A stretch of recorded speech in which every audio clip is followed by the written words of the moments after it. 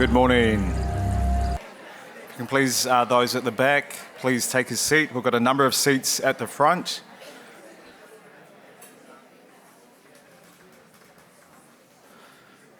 Mōrena koutou, talofa lava, or as we say in Taranaki where I'm from, hi guys. We want to welcome you here to day 2 of Decult conference. Who had a fantastic time yesterday? Yeah, let's give our organisers a hand, the conference and our speakers. Thank you all.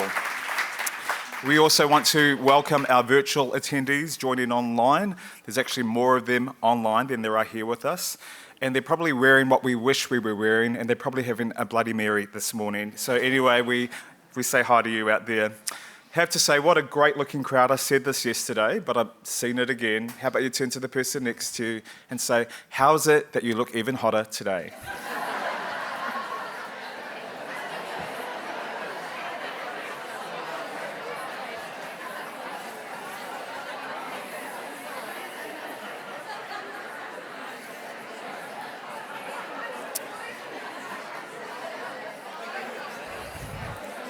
Ko Andre Awhamasanga tuku ingoa. My name is Andre Awhamasanga, and for those of you who weren't here yesterday, I'm an ex-pastor, ex-conversion practice survivor, turned human rights and social cohesion advocate, and it's my pleasure and privilege to be alongside so many people here who have flown in from all around the world and our friends across the Tasman to not only share their stories, but to share a hope for a brighter future. And not just a hope that is abstract, but actually material, real recommendations that are going to make not only Aotearoa New Zealand a safer place, but a more inclusive space for everyone. And that includes Aotearoa New Zealand that is free from cult organisations and cult-like behaviour as well. Welcome here. As I reflect upon yesterday, it's one of the things that I've been taken by is the positive, amazing spirit of goodwill in this conference. And I think this is why this conference exists. It is so easy to see the word cult and to make a whole bunch of assumptions due to the sensationalising often by the media and sometimes people taking the stories in that voyeuristic way. And yes, profound harm, fatal harm indeed does happen. But I think this conference has also shown that beyond that harm is also human stories and human stories that endure, human stories of people that use that pain and channel it for something good, not just for themselves, but for many others. So I've been taken by the spirit of positivity and goodwill as a conference such as this. And you have all contributed to that, so give yourselves another hand today. It is such a safe place. It is a place where you can be all of yourself, where you don't have to mention your past and you don't have to self-regulate, moderate yourself and edit that bit out. But it's also a funny place, isn't it? Because as we're recovering from our respective whatever happened to us in the past, there's still those remnants of what we carry around. So it's so funny. Yesterday, my background is I'm a Seventh-day Adventist background and a pastor.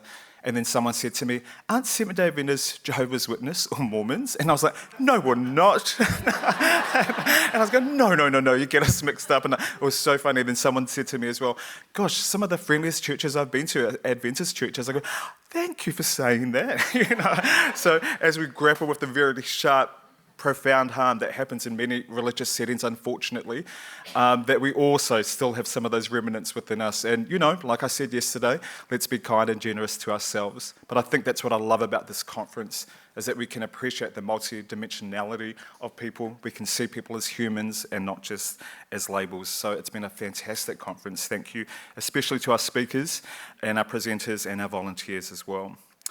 So just going into some housekeeping today, a reminder that we are taking photos and videos, and a documentary has been made about this conference. We have approved media here as well.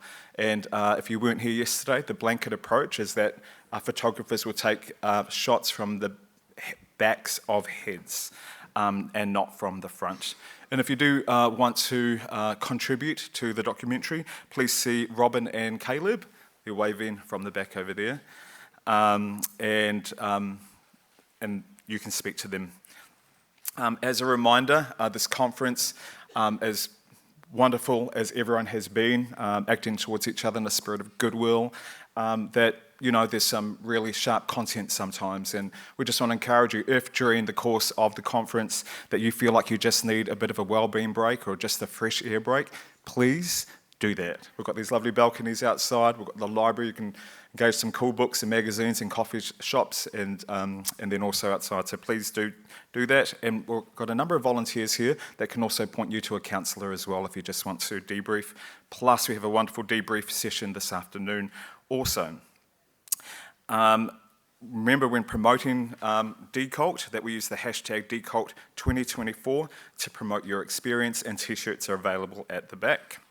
And of course, we want to make this what has been such an amazing conference an even better conference next year. And that really relies on your feedback and your support as well. One of the ways you can do that is over here on the post-it notes, is to go write up things that you think, that you suggest to us that will make it even better next year. So, I am truly, genuinely excited this morning to announce our next speaker. When I first moved from Australia, and I was a pastor, and I moved to my church in Wellington, and we said, and I don't mean to trigger people by this, but we said, what kind of community could we be here in Wellington? And at that time, a doctor, a paediatrician within my church said, as she was naming a number of things, she said, whatever we do, it needs to look like Dame, at that time, Dr. Sue Bagshaw, who's here today. And she's a dame, she's a health youth doctor who established Te Tahi Youth, a one-stop youth shop here in Christchurch that offers free healthcare and counselling. And so even before I'd met you, I had heard about you as the whole of New Zealand, joined here by your wonderful husband as well. She's a senior lecturer in paediatrics and is a trustee not only on the Canterbury Charitable Hospital Trust, but many others as well. So we thank you that even at this stage that you continue to contribute so much to the well-being of young people and all people in Aotearoa, New Zealand. So please welcome Dame Sue Bagshaw.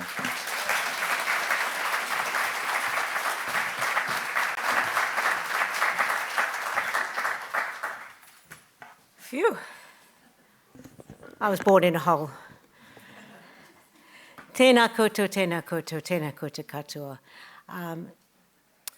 I will actually do a pepeha, because I really like pepehas, because what they do is you discover your second cousin twice removed.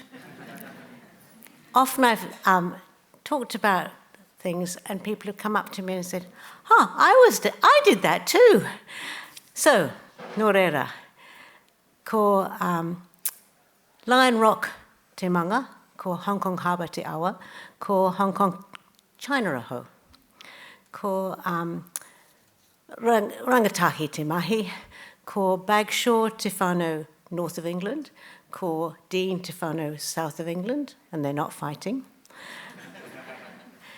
We came here in 1981, and we had 3 small children, had a 4th here. My lovely husband was at medical school with me in London. He didn't like me then. We were on the same dead body. We always say, he cuts them up and I chat them up. He became a surgeon.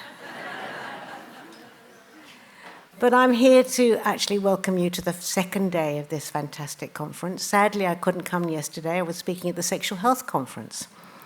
That's me, sex, drugs, and rock and roll. But the first day sounds like it was full of rich stories, sad stories, and courageous stories. This day may well be the most important, the recovery story. And I'm excited to hear what Jilly has to say. But preventing cults from existing is obviously primary. This conference and the media exposure it has gained has added to the growing awareness of the dangers of cults and power and coercion they exert, leaving broken and sometimes dead people. Congratulations to Anka for shining a light. The efforts of those who help wave the red flags of what is a cult are very important. When Anka first invited me to speak this morning, I asked my lovely husband, Phil, what he thought was the difference between a cult and a gang. He came up with A gang is a group of people who work together out of personal interest and or common goal. I would add that poverty and intergenerational suffering being a common introduction. Cults are groups of people who have the same interest and or goal, but the focus is the worship and veneration of some person, deity, object, idol, or idea. So does that mean we have to chuck out religion? Maybe we should, in some cases. I'd hate to see the baby being thrown out with the bathwater, though. Most of the main religions have had a leader who have tried to show people what a good life is. Whether it be Aristotle, the Western world seems to worship the Greek way of life. Aristotle said some good stuff. Whether it be Jesus, whether it be Buddha, Moses, Muhammad, or Guru Nanak, which one do you think he founded? The Sikh religion. The Hindu religion has no founder, which I found fascinating. It's the oldest one in the world. The key seems to me, though, to tell the difference, is the one that keeps secrets. People who have power and control like their victims to keep secrets. Then they can come back to gain more from their abusive behaviour. Again, congratulations to Anka for casting more light on cults. Secrets survive best in the dark. Recovery is so important. It will take years for many people who have left cults. It is not just their mental and spiritual health, but also their physical health that has been wounded. Nobody gets up in the morning and says, I'm going to join a cult today. I don't think they do. And I don't think many people get up in the morning and say, I'm going to be a cult leader today. It's a gradual thing. That's what I've observed. A bit like drug addiction, actually.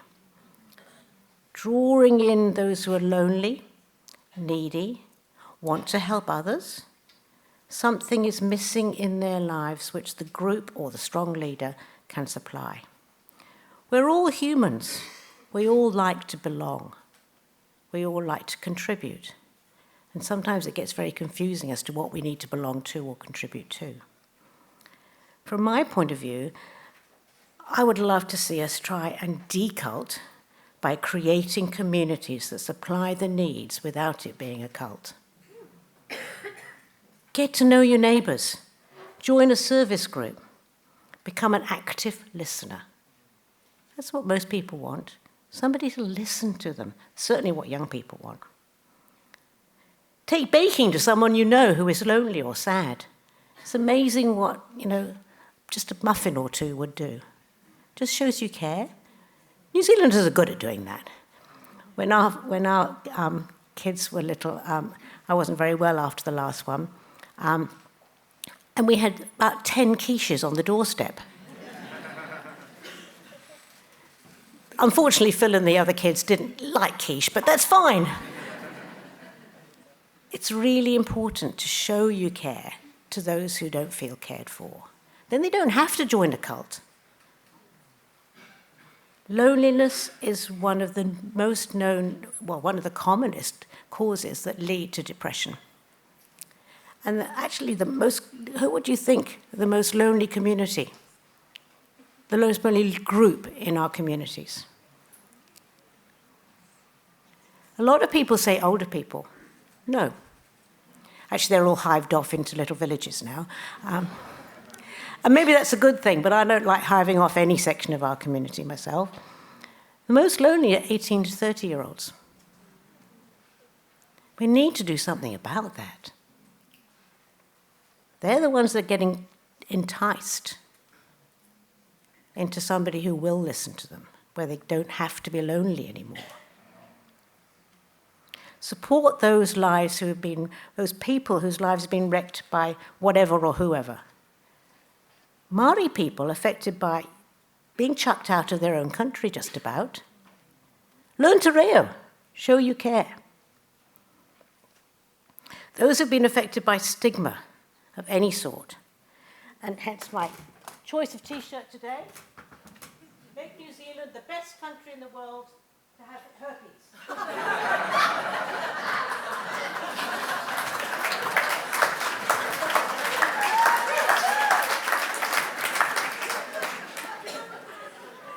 Herpes is not a serious infection. It's a skin infection. But the stigma is what kills. And literally, people have suicided. So and we're up there, almost at the top of the world, the worst stigma about herpes.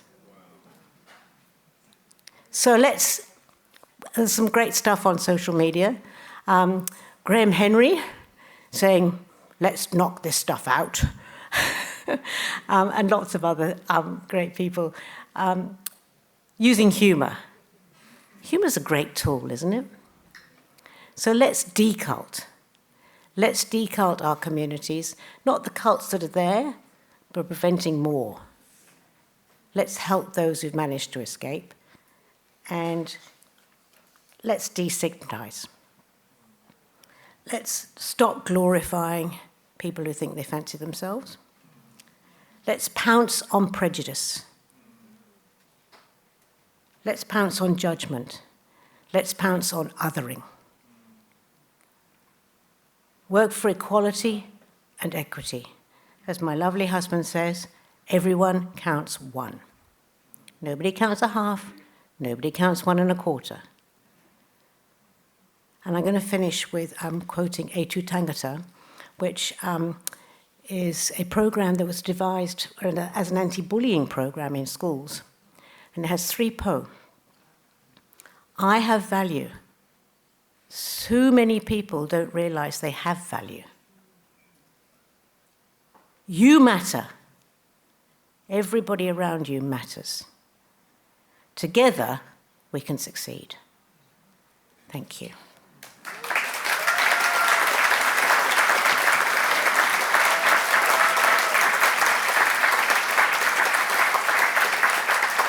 And I hope the second day is even better than the first. And I would like to give my good wishes to all those who are recovering and help others too.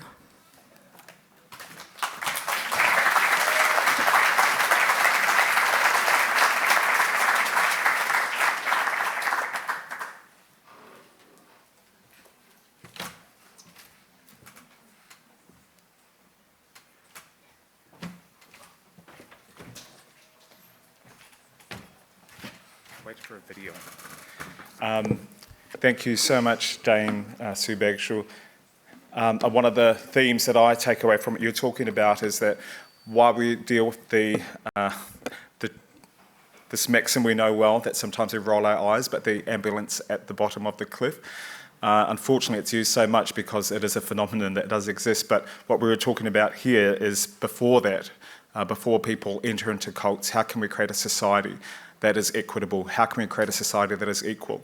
How can we create a society where people are talking to each other and not judging each other by labels?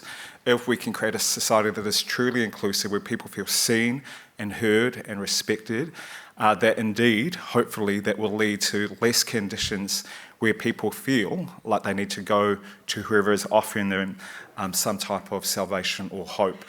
So this theme of human rights and this theme of social cohesion fit ncely into our conference, so we just want to recognise you for that.